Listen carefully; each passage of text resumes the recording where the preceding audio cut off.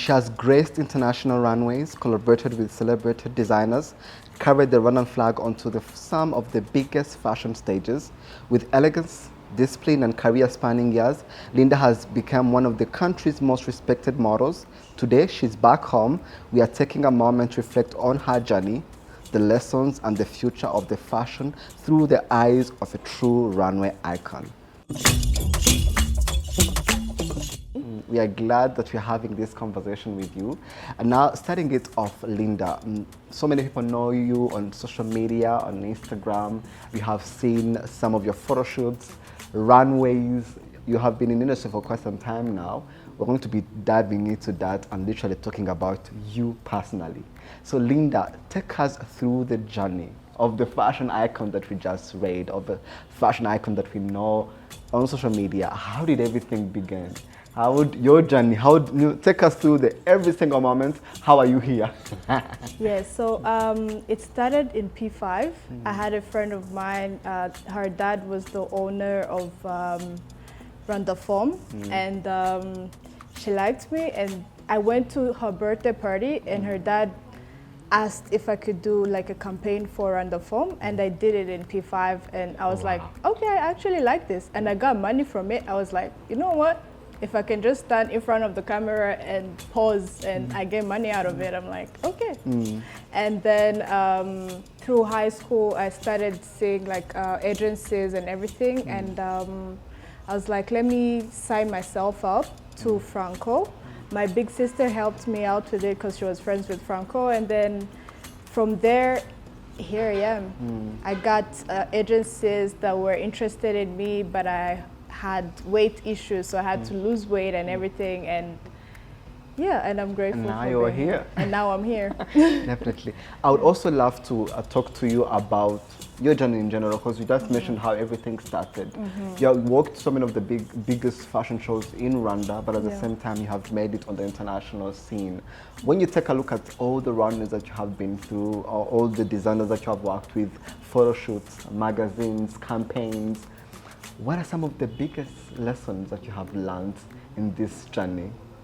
I've learned that modeling is not just about appearance. It's not about just being tall and everything. It's about like the discipline, your personality, because you can have all of that, but you don't have the personality, don't have the discipline to actually maintain it, because it requires you to keep you keep your body at a certain weight and keep your skin okay, you know. And one thing that it actually taught me is that it's not a joke. It's not just I'm just gonna show up. It's more about dedication and like carrying yourself as a Rwandan woman, the resilience, the rejections. You have to be able to accept the fact that you're gonna be rejected anytime, but that self-esteem that you have has to stay there, because it's gonna break you down. As I mentioned earlier, you talked about how much you have been through it, the rejections, how the modeling, we often look at it as glamorous, you know, you show up, you're looking like the way you're looking today. We'll get into the outfit, but I would also love to know, what do you think are some of the sacrifices that you made? Because you had a career in Rwanda, you were good, as you said, you're working with different campaigns. I can name names, the magazines. You have worked with Wamugemanyi, one of the biggest photographer, but at the same time makeup artist. Worked with Motions, worked with SM, so many different brands in Rwanda. What are some of the sacrifices you think you have made in this career to really make it on the international stage? Because you just came from Milan now that we are speaking. One of the biggest sacrifices that I had to make, because I'm a foodie, I really had to, there was this time I had an agency that was really interested in me, and they looked at me. I was one of the biggest here already, and they looked at me, they were like, you need to lose 10 kgs in 2 months for you to be able to be taken. And that was like in 2018. And I tried. I literally used to live on apple cider vinegar and salads and fruits, and just to lose the weight and be able to go. And I think that was like one of the biggest sacrifices that I made. There are things that my family doesn't understand. They're like, why can't you just get a normal job? Why can't you just settle down and, you know, and I'm like, this is what I actually love. So, you know, that conflict between my family and me having to lose weight and watch everything that I eat, even when I love it. Yeah. It was really hard, but we're glad you're making it on the international scene. Now I would love to ask you, you went to Milan, not only Milan, now we had a conversation before we start. You're also traveling in the coming days. When you see the international scene, talk me through the journey of being backstage with some of the biggest shows, some of the biggest models that you have worked with, when those we see on our screens. Yeah. What's your feeling, the experience of being, okay, this Rwanda, I'm done, I've done what I'm supposed to do to also participate in the growth of the modeling industry in Rwanda. Now I'm on to the next level. What has been the experience of working different fashion shows abroad? It's been very overwhelming. Sometimes I get on stage and I have to pinch myself. I'm like, you're actually here. And the only thing I can only say is that I'm so grateful that I actually get to do that. And it's so wild how much the fashion industry has in the world. Because putting together a collection, like sometimes we look at it like it's just something. But people out there in Europe, they really have thousands of people working for them, from the heel to the hair, everything is very too much, it's overwhelming. And it's a beautiful experience because I never saw myself get there until I was actually okay, I'm gonna give it a shot. You have worked for brands like Bromarine, Philippe Lane, and so many others on the international scene. What was the moment when you said, okay, I think I've got this. I think I'm good now. Yeah. Because the names I just mentioned, that's really, even the photo shoots, you have so many different magazines, you have worked backstage for those that we don't normally see online. But tell me, when did you think okay, I think I've got this? So one thing that I thank God for is the fact that I can go for a casting with thousands of models and I get chosen. I don't take it for granted because you literally get into a casting and they tell you no immediately. Okay, thank you, bye. Thank you, bye. I went, the first time I was in Europe, I got so many thank you byes that it actually brought me down. I was like, oh my God, why am I even putting myself into this? Until I actually started accepting, I'm like, rejection is normal. Rejection is part of this job, so I have to do it regardless and keep myself sane. Yeah, that is when I was actually okay, I got this. I'm okay with the no. Yeah. I think that's the hardest part of the industry when you talk to different models. That's the hardest part. But I would also love to come back to Rwanda. You have worked with some of the biggest hotels, or just checking your Instagram, okay, the girl has money. Now, when you take a look at the industry from the time you started to where you are right now, what has been the change that you see as a model? Okay, now we are here. Okay, things have changed. So many models are coming to Rwanda. We have seen Naomi Campbell being a part of the Kwitizina. We have seen Adriana Lima come to Rwanda. When you take a look at some of the changes that we have had in the fashion industry, what does that mean to you as a model? I personally, I love to see our designers get to collaborate with different places like PSG with Zuba and everything. That makes me so proud to see, because we're actually getting to be recognized with the scene, but with the international scene. But recently, I attended Kigali Fashion Week, and I was disappointed. I'm sorry to say, but I feel like there is room for growth. One thing that we're lacking right now is collaboration between us, more than comparison and competition between all of us, because we can actually grow together and actually put things together and actually make it work. But once somebody doesn't recognize the fact that we actually need to grow and we need to grow together, spotlight is going to go to one person, and that person is not even doing well. Is not even doing well, and we're supposed to be out here pulling each other, because we know so many talented people that are actually not recognized out here. I believe there is room to grow, but for models here, I don't think they give them the value yet because they feel like she's just there. But if you don't, if you're not creating clothes and putting them on a model and actually show them, advertise it, market them and everything, then who is going to know them? Who is going to know them? So the value for a model is still lacking in our country, but it can grow. It will definitely grow. It will definitely grow. As you mentioned, some of the things that I would say we are lacking, fashion shows that literally come and support everybody in the fashion ecosystem. Like there's designers, there's models, there's fashion curators, there's all that. But just mentioned fashion curators, and I know you are also curating events in Rwanda. We'll be putting aside a little bit about fashion. You have established yourself. You're doing amazing. Thank you. With, I would say, your company. Tell me a little bit about how did everything start in the curating of events? Or did you see the gap that you really wanted? Okay, I think I might step into this. I can do something on the market of the Rwandan scene. Yes. So the idea was to put together like creatives in Rwanda and actually do like a Sunday market. Bring together designers, bring together people that actually sell shoes and everything, and then like on your Sunday after church or after brunch, you come and hang and get entertained, see all the things that you haven't seen. I know so many designers that we actually like helped establish themselves through the events, and that right?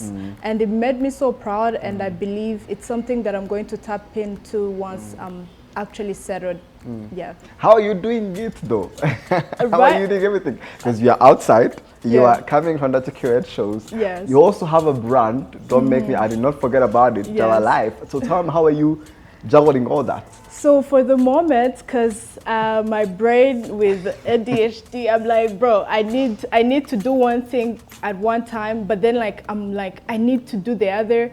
So when I go back to Europe, I haven't like found a way that I could put everything together, curate it when I'm not around. So this time that I'm here is the time that I'm actually trying to see how can I do everything together. Because in our minds as people, they're like, oh, so now you're back to modeling, so you're not doing that anymore. So you're a model now, you're not a designer anymore. You're doing this, so you're not doing the other. I need them to understand that I can actually do everything at the same time. But it all starts within me. I'd also love to ask you about the brand itself. You came, we saw you, we see on social media, you curate some things.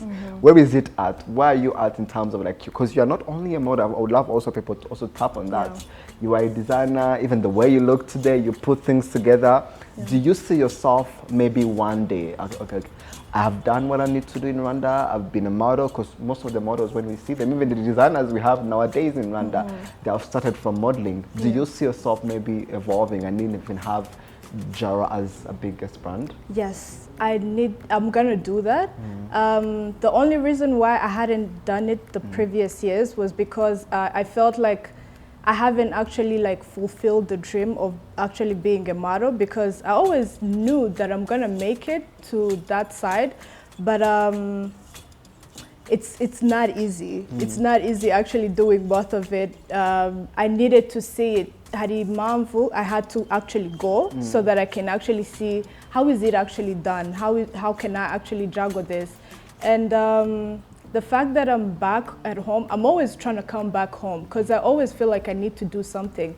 So by the time I actually leave modeling, I want to create an agency, a mother agency that I'll be able to help other young models to go abroad and actually like fulfill their dreams and everything. And then I'm going to do my brand settled and my events. Please, we can't wait to see you creating events, but at the same time also even having an agency doing, please do everything, because we need people like, as you said, we need collaboration, we need people who knows what the fashion industry really needs now.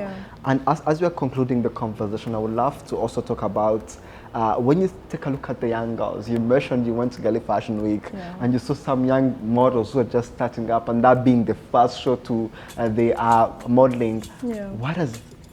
tell me your feelings, but at the same time, what advice can you give these models who are just starting it up, or even people who are home and watching? Like, I think I can do it. I think people have been telling me since I was a child, you can go on the runway. Yeah. What are some of the advice that you can share with them for them to keep pushing and be where you are?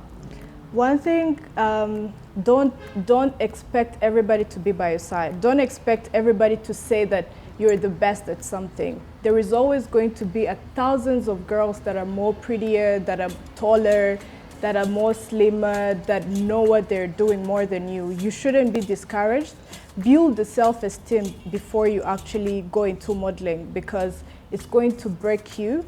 It's going to work on your self-esteem. It's going to like make you feel less of yourself, even when you know yourself. But if you build your self-esteem, build your confidence at home, make sure that you know whenever you step into the room, you're the best to do it, and there is nobody that will replace you, even if they don't choose you. Always take that back at home and be like, I am that girl, I am that person, I deserve to be there. Maybe now is not my time, but I will make it. And just don't give up on yourself. Definitely, that is amazing. Thank you so much. So, before we conclude the conversation, I would love also to kind of tap on some of the management. Who are you? Can you mention your agencies? Yes. Who are you working with, and what's next in the bag?